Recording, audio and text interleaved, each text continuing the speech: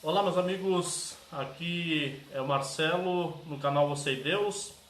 Mais um vídeo para reflexão, mais um vídeo para uma mensagem bíblica para a sua vida, para abençoar você.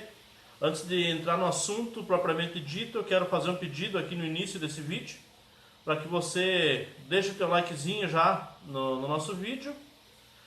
Inscreva-se no canal, você que está chegando pela primeira vez ou você que está acompanhando o nosso canal, mas ainda não fez a sua inscrição.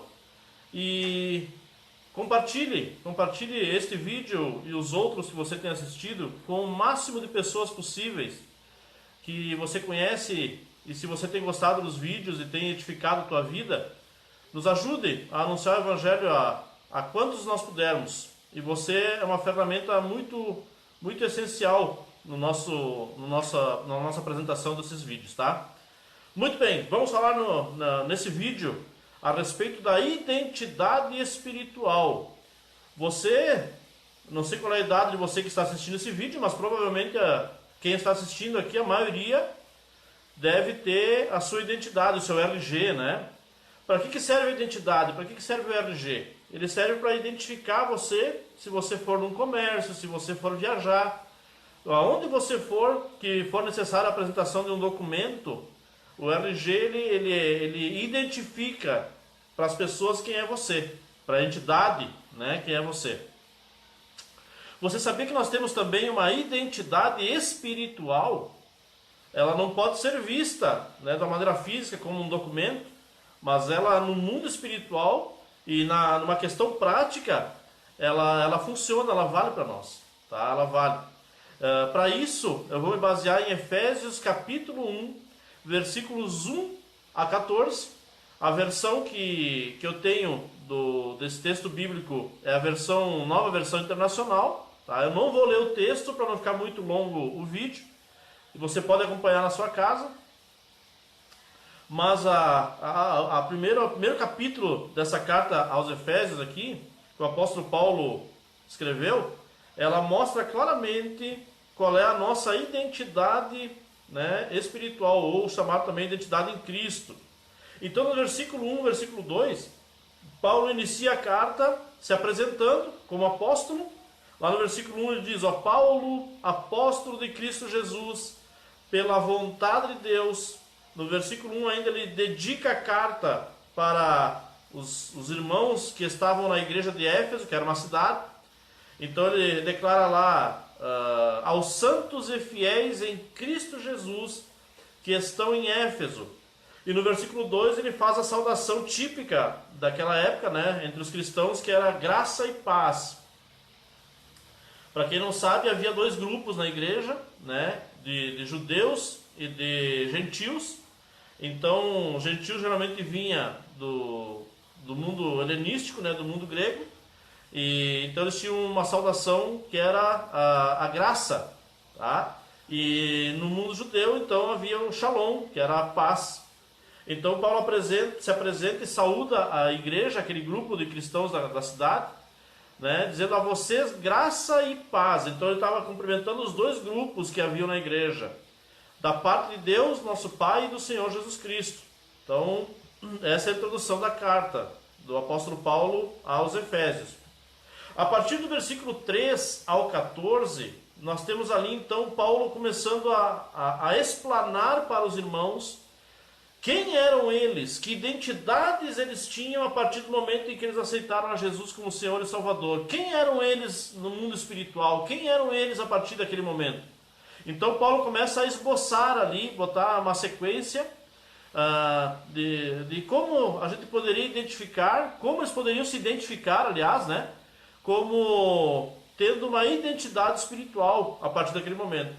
Então no versículo 13 ele começa, ó: bendito seja Deus e Pai, tal, que nos abençoou com todas as bênçãos espirituais nas regiões celestiais em Cristo.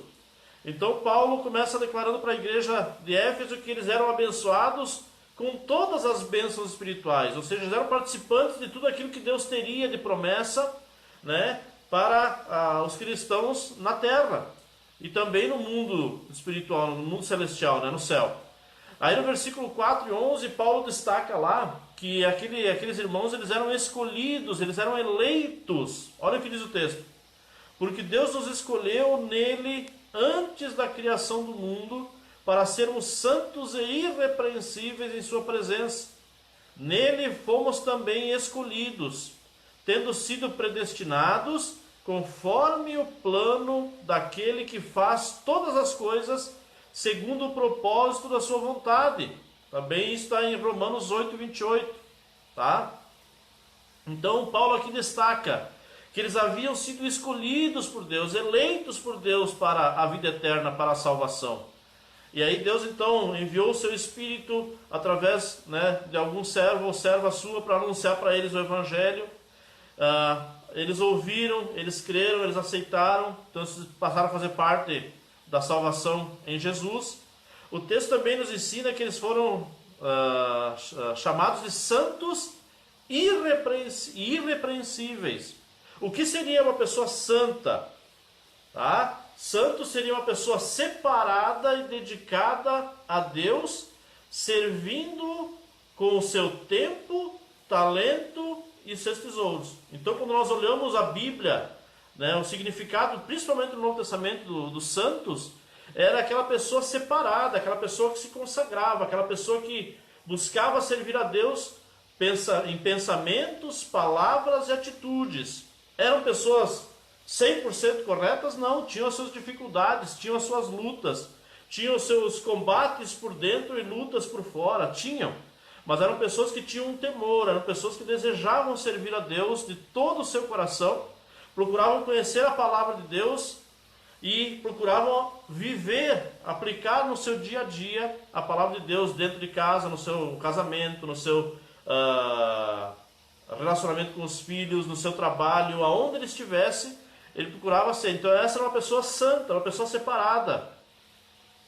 Resumindo a grosso modo, uma pessoa que dedica o seu tempo, o seu talento, as suas habilidades, os seus dons e o seu tesouro para a obra de Deus, para as coisas de Deus. Isso é o significado de santo. Então naquela época, quando eles falavam de santo, eles entendiam isso. Irrepreensível, ou seja, uma pessoa que está em processo de aperfeiçoamento para o seu encontro com o Senhor. Então, como eu falei para vocês, nós estamos num processo de santificação aqui na terra. Nós não somos perfeitos. Nós estamos sendo aperfeiçoados. Quanto mais buscamos a Deus, mais conhecemos a vontade de Deus e mais praticamos no dia a dia, nós estamos num processo de aperfeiçoamento, que a Bíblia chama de santificação, separação, consagração a Deus. Então, uma pessoa que se santifica, que se consagra, ela cada vez mais abandona o pecado e cada vez mais se aproxima de Deus, numa vida que a gente chama de vida piedosa, ou vida devocional. Tá? Então, uma pessoa irrepreensível não significa que ela deixa de ser falha, ela tem as suas falhas, mas ela está em processo de aperfeiçoamento para o seu encontro com o Senhor. Tá? Então, ela tem um alvo a ser alcançado, que é encontrar com o seu Deus. Lá no versículo 5 também, Paulo fala que que a igreja de Éfeso, os irmãos, e por prática também nós, somos adotados na família de Deus. Então, diz lá, em amor nos predestinou para sermos adotados como filhos por meio de Jesus Cristo, conforme o bom propósito da sua vontade. Então a adoção é aquela pessoa que não pertence àquela família, mas quando ela é adotada, então toda a documentação, todo o registro, todo o reconhecimento público é de que agora aquela pessoa passa a receber o sobrenome daquela família e, por conseguinte, recebe também todas as benesses que aquela família tem, a herança, todas as bênçãos, sejam elas, todo o patrimônio que aquela família tem, também agora está ali contribuindo para a vida daquela pessoa que foi adotada por aquela família. A partir do momento que ela passa a ser parte daquela família. Então Paulo diz que nós somos adotados, nós não pertencíamos às coisas de Deus, a nada que diz respeito a Deus, mas quando nós fomos eleitos, separados para Deus, santificados, sendo tornados irrepreensíveis, então nós somos também adotados na família de Deus, no reino de Deus. O nosso nome é escrito lá no livro da vida, e todas as promessas e também advertências agora fazem parte da nossa dos benefícios para a nossa vida também. Tá? O versículo 7 fala que nós somos resgatados. Então nele temos a redenção por meio do seu sangue, o perdão dos pecados de acordo com as riquezas da graça de Deus. Então quando nós passamos a fazer parte do mundo de Deus, recebemos essa identidade. Dentro dessa identidade está ali então a redenção, o resgate. Essa identidade vem para quem realmente foi liberto por Deus do pecado, foi liberto, foi perdoado por Deus. Então recebe ali a identidade de resgate, né, de acordo com as riquezas da graça de Deus. E o versículo 7 fala que nós somos perdoados, né? A Bíblia diz lá no Velho Testamento, eu não lembro agora se é Miqueias, eu não tenho bem a referência, mas diz assim que os nossos pecados Deus lançaria no mais profundo do mar e deles não mais se lembraria. Então quando nós nos arrependemos com sinceridade, mudamos a nossa mente, nosso posicionamento com relação a alguma atitude errada, alguma atitude pecaminosa, algum pensamento pecaminoso, e pedimos perdão a Deus, a Bíblia diz que Deus é fiel e justo para nos perdoar e purificar de toda maldade. Então nós temos os nossos pecados perdoados por Deus, ou seja, Ele lança lá no mais profundo do mar, onde nenhum ser humano tem condições de chegar, não existe tecnologia que vá até aquela profundidade ainda, né, para a pessoa ir lá e resgatar aquele pecado e nos jogar em rosto o pecado. Desde que nós tenhamos nos arrependido, então, nós somos perdoados por Deus. Então faz parte dessa identidade. E os versículos 13 e 14 também nos ensina que essa identidade ela é selada com o Espírito Santo de Deus. O selo aqui, ele tem o significado na época que quando eles cortavam alguma árvore, eles então tinham uma marca, né, que eles colocavam naquela árvore e identificava quem era o dono daquela árvore, daquele corte todo, daquele lote de árvores cortadas. Também quando uma carta era redigida, ela era dobrada e havia o selo real, então havia um bastãozinho de cera, que ele era aquecido e havia um brasão, né? Ele era acrescentado ali e era selada aquela carta com aquela cera derretida e tendo o brasão ali, ficava um carimbo. Então significava que aquela carta pertencia àquela majestade, àquele rei que estava enviando aquela autoridade que estava enviando aquela carta. Pois bem, amados, da mesma forma nós somos selados, a partir do momento que nós somos escolhidos, eleitos, separados, perdoados, estamos no processo de santificação, fomos resgatados do pecado por Deus, então, adotados na família de Deus, então nós somos selados, a partir de agora nós pertencemos a Deus. Agora, no mundo espiritual, quando qualquer entidade espiritual olha para nós, ele vê em nós a marca, aleluia, a marca do Espírito Santo, a marca de Jesus em nossa vida. O sangue derramado de Jesus lá na cruz, no sentido espiritual, é derramado em nossas vidas. O sangue que perdoa, que lava, que purifica a nossa vida espiritual, a nossa vida moral. Então nós somos selados. Olha o que diz versículos 13 e 14. Quando vocês ouviram e creram na palavra da verdade, o evangelho que os salvou, vocês foram selados em Cristo com o Espírito Santo da promessa, que é a garantia da nossa herança até a redenção daqueles que pertencem a Deus para o louvor da sua glória. Nós somos selados com o Espírito Santo até o momento em que Jesus voltará para nos buscar. Então nós temos uma identidade, nós somos eleitos, escolhidos, separados, perdoados, fomos resgatados por Deus e hoje temos um selo de garantia sobre a nossa vida. Nós temos uma separação. Quem tentar colocar a mão em nós vai ver no sentido espiritual, vai ver que nós pertencemos a Deus. Então vai ter que se ver com Deus. E qual é o propósito de tudo isso? Os versículos 6 e 14 nos mostram que é um único propósito para termos essa identidade espiritual. Versículos 6 e 14 diz assim: para o louvor da sua gloriosa graça, a qual nos deu gratuitamente no amado, que é a garantia da nossa herança, até a redenção daqueles que pertencem a Deus, para o louvor da sua glória. Então, queridos, nós somos pertencentes a Deus, nós temos uma identidade eterna, uma identidade espiritual em Cristo agora. E tudo isso é para que o nosso Deus, o Deus que nós servimos, ele seja glorificado. Queridos, para concluir então a minha reflexão sobre a identidade espiritual do cristão, algumas lições para a minha vida e para a sua. Primeira lição que nós devemos levar em cima dessa mensagem: agradeça a Deus diariamente. Por que você deve agradecer? Porque agora você é conhecido de Deus, você é conhecido no mundo espiritual, não por seu mérito, mas por meio do sacrifício de Cristo. Cristo morreu lá na cruz, derramou seu sangue por mim e por você. E por meio do sangue de Jesus nós somos lavados, regenerados, purificados, alcançados, perdoados. E o nosso nome está escrito no livro da vida. Então agradeça a Deus diariamente. Nunca esqueça de que você é salvo pelo mérito de Cristo, pelo sacrifício de Jesus. Essa é a sua identidade espiritual. Segundo, alegre-se. Você foi escolhido por Deus para fazer parte da tropa de elite de Deus. A tropa de elite que eu digo aqui, numa outra mensagem eu vou explicar melhor porque eu chamo de tropa de elite. Você foi escolhido para fazer parte da igreja. A igreja é a assembleia, a reunião dos chamados para fora.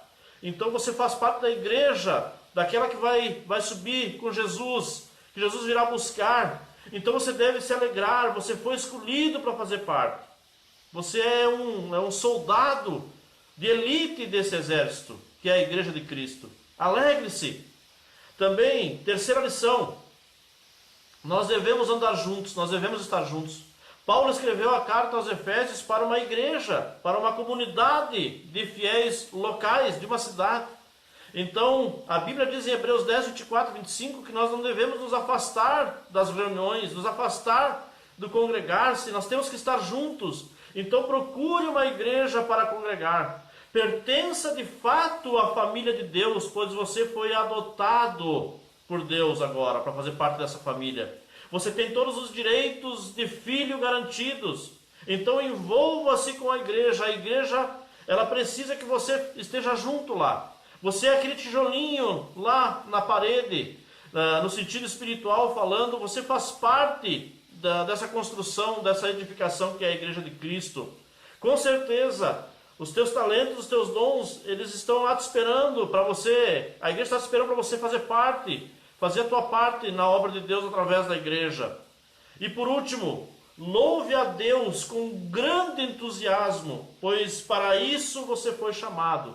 Amado, você foi chamado para a vida eterna, para a salvação, para fazer parte da igreja, adotado na família de Deus.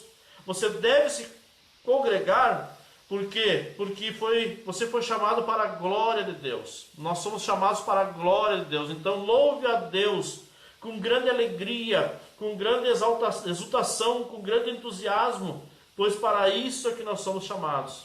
Para através da nossa vida, nós oferecermos sacrifícios de louvor a Deus, adorarmos a Deus, na beleza da sua santidade, diz a palavra de Deus. Que esta palavra possa te abençoar. Nos ajude mais uma vez aqui, pedido no final do vídeo, nos ajude compartilhando, enviando para o máximo de pessoas possível esta mensagem. Se ela tem falado ao teu coração, se ela tem tocado a sua vida, tocado os seus sentimentos, tocado mais fundo do teu espírito, da tua alma, então nos ajude a anunciar o Evangelho por meio desses vídeos. Compartilhe o máximo que você puder, se inscreva no canal, deixa o teu joinha para que o YouTube ele possa entender que o vídeo é popular, que o vídeo é bem visto. E aí muito mais pessoas podem receber o próprio YouTube ele aponta, ele indica esses vídeos para as pessoas. E muitas pessoas ao redor do mundo inteiro podem ouvir esta mensagem e de repente receberem a salvação. Então nos ajude. Que Deus te abençoe e até o próximo vídeo.